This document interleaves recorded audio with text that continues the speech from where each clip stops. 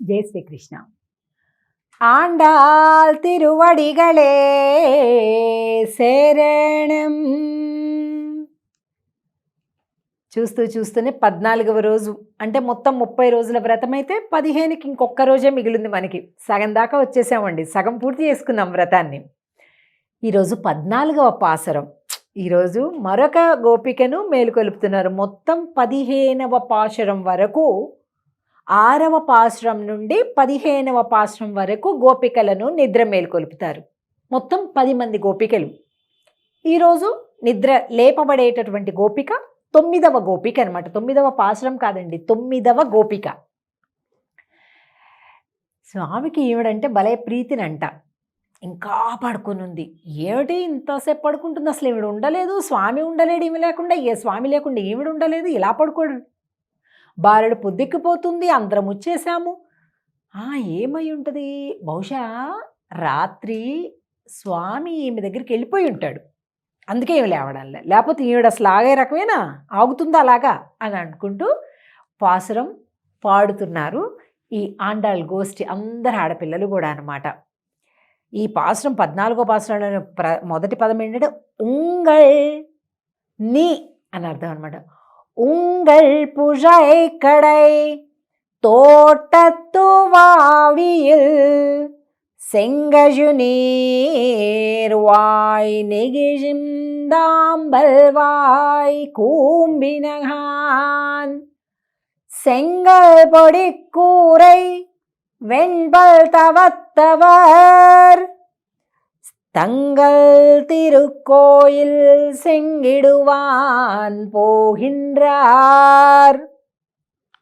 எங்களை முன்னம் எஜுப்புவான் வாய்பேசும் நங்காய் எஜுந்திராய் நாணாதாய் நாவுடையாய் செங்கடு செக்கரம் ஏந்தும் தடக்கையன் பங்கைய கண்ணானை பாடேலோரெம்பாவாய்.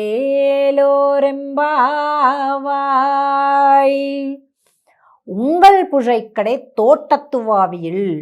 అమ్మా మాకు తెలియదు అనుకుంటున్నావా, ఎంగళే మున్న మెజుప్పువాన్ వాయిపేశం, మాకు ఏం చెప్పావు, నిన్నటి రోజు అందరం కలిసినప్పుడు ఏం చెప్పావు, నేనే ముందు అందరినీ నిద్రలేపేస్తాను అని చెప్పావు. కానీ మేమందరం లేవడం రావడం, ఇప్పటికి 8 మంది గోపికలను మేలుకొల్పడం అన్నీ అయిపోయాయి, నువ్వు ఇంకా లేవలేదు.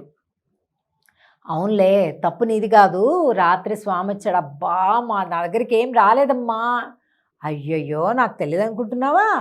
ఉంగళ్ పుజై కడై తోటత్తు వావియిల్, నీ ఇంటికి వెనక పెరటి తోటలో ఒక లోతైనటువంటి ఒక దిగుడు బావి ఉంది కదా, ఆ దిగుడు బావిలో ఎర్ర కలువలు వికసిస్తున్నాయి, నల్ల కలువలు ముకుళించుకుపోతున్నాయి, మాకు తెలియదు అనుకుంటున్నావా అంటున్నారు. ఎంత అసలండి తిరుప్పావై, ఒక్కొక్క పదం అందులో పాసురంలో 8 వాక్యాల్లాగా కనిపిస్తున్నాయి, 8 పాదాలు కనిపిస్తున్నాయి కదా. 8 పాదాలలో కూడా ఒక్క పదం అర్థం చెప్పుకోవడానికే 3-4 గంటలు సరిపోతుందండి. అలాంటిది మనం ఇంత క్లుప్తంగా చెప్పుకుంటున్నామంటే చాలా క్లుప్తంగా, ఎందుకంటే అంతకంటే ఓపికలు మీకు లేవు, చెప్పే మాకు లేదు అన్నట్లుగా అయిపోయింది. అంటే నాకైతే ఇష్టమే అనుకోండి వ్యక్తిగతంగా, కానీ అలాగా మొత్తం అర్థాన్ని అంతంతసేపు డెడికేట్ చేసి వినేంతటి ఓపికలు లేవు. కాబట్టి అందులో తొవ్విన కొద్ది ఇంకానే వస్తుంటుంది. నేను 3 గంటలు అన్నా కాబట్టి 3 గంటలు అయిపోతుందని కూడా ఉండదు. అందుకని చాలా గంభీరమండి. వేదం నైతికం విత్తాగం కదండి. వేదముకి విత్తు అంటే విత్తనం చిన్నగా ఉంటుంది, వృక్షం మహా పెద్దగా ఉంటుంది. అలాగా తిరుప్పావై అనేది వేదం, వేదమునకు విత్తనం చిన్నగా ఉంది 30 పాసురాలతోటి. అంటే దాని సారాంశము జీవమంతా ఇందులోనే ఉందన్నమాట. బాగా విశాలమైపోయిన వృక్షం వేదం అన్నమాట, శాఖోపశాఖలుగా ఉంటుందన్నమాట. కాబట్టి ఆండాళ్ తల్లి ఏం చెప్తున్నారు, ఈ రాత్రిపూట పెరటి తోటలో నువ్వు అలా కూర్చొని ఉన్నావు, నువ్వు వెళ్ళలే, నీకోసం స్వామి వస్తాడు. స్వామి వచ్చి ఏం చేశాడు, వెనక నుంచి వచ్చేసి నీ కళ్ళు మూసేశాడు. ఏమండి, ఈవిడ యొక్క కళ్ళు మూసాడట. ఈ కళ్ళు మూసేస్తే ఏమిటైంది, వెనకెవరున్నారు, కృష్ణుడున్నాడు. ఈవిడిని చూసిన ఆనందంలో ఆయన కళ్ళు బాగా పెద్దగా ఆనందంగా అయిపోయినాయంట. ఈవిడ కళ్ళు మూసేశాడట, ఇలా దాగుడు మూతలు. అంటే చూడండి, అమ్మవారి కళ్ళు నల్లగుంటాయి, స్వామి కళ్ళు వాత్సల్యంతో లేత ఎరుపుగా ఉంటాయి. కాబట్టి ఎర్ర కలువలు వికసించాయి, నల్ల కలువలు ముకుళించాయి అని చెప్తుంది. అంటే మర్మగర్భంగా అనమాట. అసలు మన కావ్యాలలో కానీ సంస్కృత శ్లోకాలు వాంగ్మయంలో చాలా చోట్ల చాలా అద్భుతమైనటువంటి శృంగార రసం ఉంటుందండి. చాలా సున్నితంగా, చాలా పొలైట్గా, చాలా మర్మగర్భంగా అట్లాగా చాలా బాగుంటుందన్నమాట. ఈ ఈ శృంగారం అనేటటువంటిది కూడా ఒక దివ్యమైనటువంటి దైవత్వంతో పోల్చి చెప్తారనమాట. అంటే అలాంటి భావన ఉంటుందన్నమాట. ఆ పురుషుడికి కానీ, ఆ స్త్రీకి కానీ, ఆ పురుషుడిని పరమాత్మగా భావించుకుని, అలాగే వీళ్ళు మానవకాంతలుగా భావించుకొని అట్లా ఉన్నప్పటికీ కూడా ఒక దివ్యత్వాన్ని పొందుతారు, దివ్యానందాన్ని పొందుతారు. శారీరకమైనటువంటి ఇంద్రియాలకి సుఖము ఇలాంటి భావాలు ఎక్కడ కూడా ఎక్కువగా కనిపించవండి. ఎక్కువ మనసు కూడా లయించటం అనేటటువంటిదే శృంగారంలోని ప్రధానమైన భావం. ఇప్పుడు ఆ పరమాత్మ పరమపురుషుడు, మనం స్త్రీ భావం కలిగి ఉన్నాము అని అంటే ఆ అద్వితీయమైనటువంటి అమలినము అంటారండి, మలినము కానటువంటి ఆ ప్రేమ ఏదైతే ఉంటుందో అద్వితీయమైనటువంటిది, ఆ అమలిన శృంగారము అంటారు. అదే జీవాత్మ పరమాత్మల యొక్క కలయిక అన్నమాట. కాబట్టి తిరుప్పావై ఏదో గోపికలు పడుకున్నారు, మేల్కొలుపుతున్నారు, అలా అమ్మమ్మ స్వామి దగ్గరికి వెళ్దాం, అమ్మ స్నానం చేద్దాం, ఇవన్నీ ఉన్నప్పటికీ కూడా అసలు అంతరార్థం ఏంటయ్యా అంటే స్వామిని చేరుకోవటం, స్వామి యొక్క దివ్యత్వంలో రమించటం, స్వామి యొక్క అనుభవాన్ని మనస వాచ కర్మణ తీసుకోవటం అన్నమాట. ఇలాగా ఉండేటటువంటి ఒక దివ్య ఆనందాన్ని వీళ్ళందరూ కూడా పొందుతున్నారు. ఉంగళ్ పుషైక్కడై తోటత్వావిల్ సింగజనీరు, ఎక్కడంటే అబ్బా మీరు ఏదో అనుకున్నారు, ఏం లేదమంటే అమ్మా మేము చెప్పిన ఈ కలువలు వికసించటం ముకిలించటం ఎక్కడ అనుకుంటున్నాం, మేమేం బలవంతంగా పీకేలేదు, ఆ దిగుడు బావి లోపల ఉండేటటువంటి కలువలు. మేమేం దిగి తీస్తామా, లోపలికి వెళ్ళి ఒక్కొక్క రెక్క పీకుతామా, తెల్లారిందమ్మా అంటుంటే నువ్వు ఇవన్నీ చెప్తున్నావు. తంగల్ తిరుక్కోయిల్ సెంగిడువాన్ పోగిండ్రార్, కోవిలలందరూ తెరుస్తున్నారమ్మా.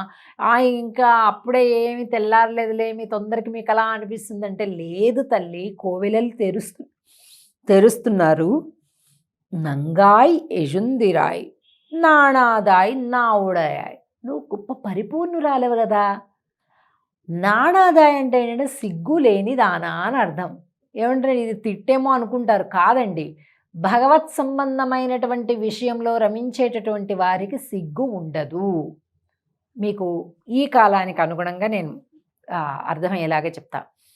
ఇప్పుడు భగవత్ సంబంధమైనటువంటి సాధు పురుషులు, సన్యాసులు, పీఠాధిపతులు, అయ్యగారులు, మేము ఎవరైనప్పటికీ కూడా భగవత్ సంబంధమైనటువంటి సేవా రంగంలో ఉన్నటువంటి వాళ్ళు ఇట్లా కాంట నిలువబొట్టు పెట్టుకుంటారు, అడ్డబొట్టు పెట్టుకుంటారు, రుద్రాక్షలు వేసుకుంటారు, కంకణాలు పెట్టుకుంటారు, ఏమండి దండం పట్టుకుంటారు, చేతిలో కాషాయం కట్టుకుంటారు. మామూలు అందరు ప్రపంచం అంతా కూడా ఒక ప్యాంటు షర్టు వేసుకొని అట్లాగా ఉంటే వీళ్ళేమో అట్లా ఉండరు అండి. ఇదేంటండి ఇలా ఉంటారు అంటే, అది భగవంతునితోటి అటాచ్ అయి ఉన్నారు వీళ్ళు. కాబట్టి వాళ్ళ దీన్ని ఏమన్నా అనుకుంటారు, వాళ్ళు దీన్ని ఏమన్నా, అలా ఏం ఉండదు వాళ్ళకి. ఎందుకు, ఇది భగవంతుడికి ఇష్టం, అది భగవత్ సంబంధమైనటువంటి భావనతో ఉంటారు కనుక లోకాన్ని చూసి సిగ్గుపడరు వాళ్ళు.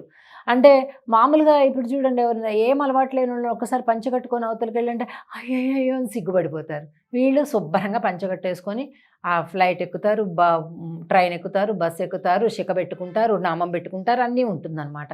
అంటే సిగ్గు ఉండదన్నమాట. లౌకికమైనటువంటి వేషభాషలు, లౌకికమైన వ్యవహారాల విషయంలో తాము అలా ఉండట్లేదే అనే సిగ్గులు మొహమాటాలు అసలు ఉండవు.